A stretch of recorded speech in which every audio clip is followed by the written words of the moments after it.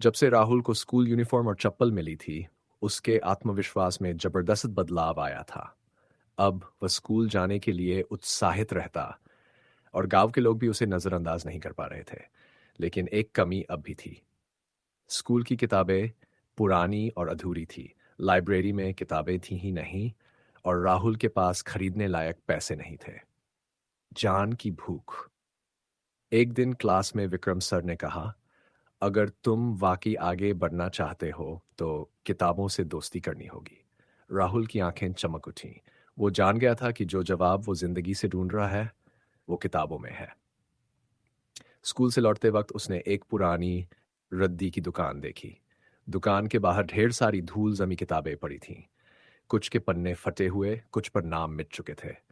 राहुल झिझकते हुए दुकानदार से बोला, भैया क्या मैं ये पुरानी किताबें देख सकता हूँ? दुकानदार ने ऊपर से नीचे तक उसे देखा। नंगे पांव, पुराना बस्ता। तू क्या करेगा किताबों का? पढ़ूंगा। राहुल ने दृढ़ता से कहा। दुकानदार हंस पड़ा लेकिन बोला, ठीक है, जो कूड़े में पड़ी है वो ले जा। अगर तुझे कुछ समझ आए तो अगली बार चाय भी पी लेना। राहुल खुशी से झूम उठा। वो 5 पुरानी किताबें लेकर लौटा। एक हिंदी उपन्यास, एक विज्ञान की किताब, एक पुरानी कॉमिक्स, एक सामान्य ज्ञान की किताब और एक डायरी। दिए के नीचे जान।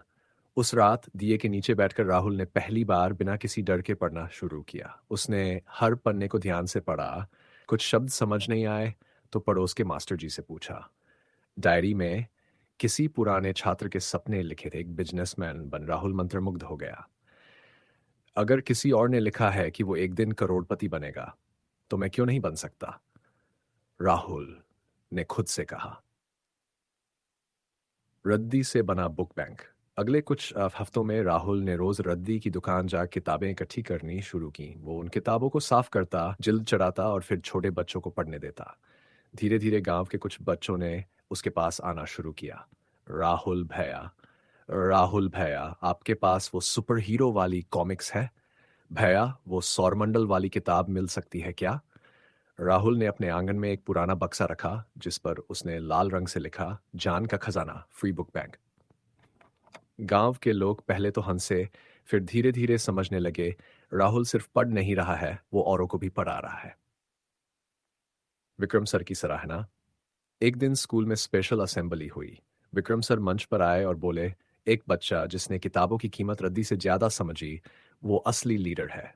राहुल, तुमने साबित किया है कि एक सपना सिर्फ देखा नहीं जाता, जिया भी जाता है।